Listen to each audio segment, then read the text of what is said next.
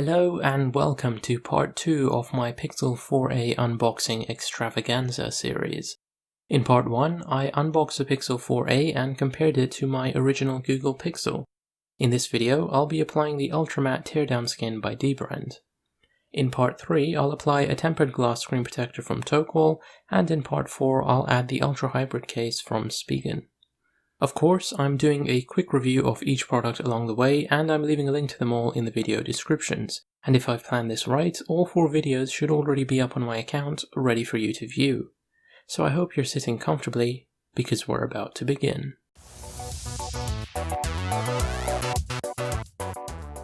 So here we've got this wonderful looking envelope with a bunch of robots and a fantastic design at the front. At the back we've got this little tag that says it's not a product, it's a culture. Let's go ahead and rip this off and see what we've got inside. So inside the envelope we have a microfiber cloth, the dbrand skin, and an instruction card that links to the video on how to install the skin. I actually first saw this skin on Jerry Rig Everything's channel, and I've linked to the video up here somewhere if you want to watch it as well. Definitely check out his channel because his videos are always interesting and really fun to watch. The skin he used in the video was the original glossy version, and I checked a few other YouTube videos as well, and they all had the same glossy design, which I'm not really a fan of. I think it looks too shiny and reflective, and it seems to pick up fingerprints quite easily, so I opted to get the Ultramatte version, hoping it would emulate the feel of the skin I've got on my original Pixel, with the added benefit of not picking up as many fingerprints as the glossy version. Looking at it now, I think I made the right decision because it looks simply stunning. Without further ado, let's go ahead and install this, which should hopefully be a pretty smooth process. So step 1 of the installation was to peel off the skin, turn it upside down, and reattach it to just under the cutout for the fingerprint sensor. Then I applied the skin to the phone using the camera and the fingerprint sensor cutouts to align it properly. Once I was happy with the way it looked, I gently pressed down along the center and the flat parts near the edges. I made sure to leave the actual edges free because those would be fixed in step 4. Step 2 was to peel the bottom part of the skin off, flip the paper horizontally, and reattach it so I could work on the bottom part of the skin. For this stage, I had to align the bottom of the skin properly, and then gently press down along the edges. I had to make sure that the skin was evenly distributed on both sides and that it wasn't creasing anywhere on the back.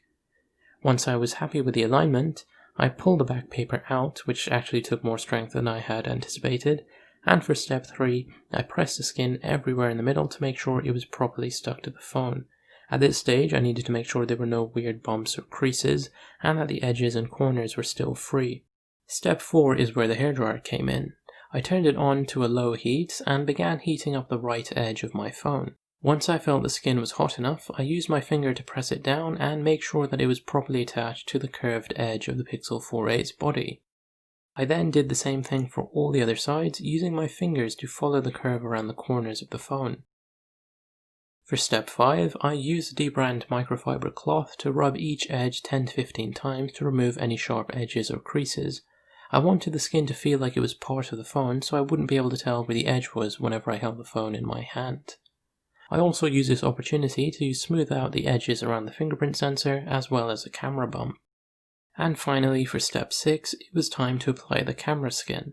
So I peeled it off and used the left side of the camera frame as well as the cutouts for the flash and camera to align the skin. I then gently pressed it into place with my finger. Once I was happy with it, I turned the camera on to make sure I hadn't accidentally blocked anything, and then I used the microfiber cloth again just to smoothen out the edges. And finally, here we have the finished product. The skin has a black border which perfectly matches the just black color of the Pixel 4a, so the boundary is almost imperceptible unless you're looking really closely.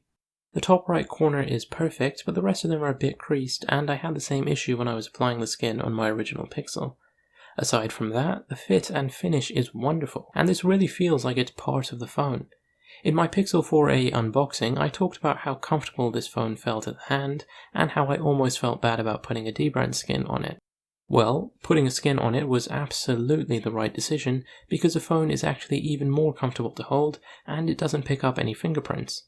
I've only had the phone for a day, and I'm still getting used to finding the fingerprint sensor because it's not as pronounced as it was on my original Pixel. But with the dbrand skin, the sensor is a bit more prominent now, so it's easier to find. Speaking of things that are easy to find, there are little tidbits of information scattered throughout the design, like this thing on the battery which says, "Wear a mask." It's nice that this skin is forever going to remind me of this terrible, horrible, no good, very bad decade that is the year 2020. We've also got this Made in Toronto, designed by Jerry Rig Everything, a link to notawheelchair.com, and this 2011-11-11, which is a date dbrand was founded, I think. Overall, I'm really pleased with this skin. It looks brilliant, it feels even better, and I'm sure it'll protect the back of my Pixel 4a from all kinds of oily fingers and scrapes and scratches. But we also need to protect the front of the phone with a tempered glass screen protector, and the rest of the phone with a case. So stay tuned for part 3 and part 4 of my Pixel 4a unboxing extravaganza series to watch me do all of that. Till then, if you have any questions, comments or concerns, please let me know and I'll try to get back to you as soon as I can. As always, thank you so much for watching, and I hope you and your family are safe and well wherever you are in the world. This has been Zaeem Siddiqui from Zeus Reviews. Over and out.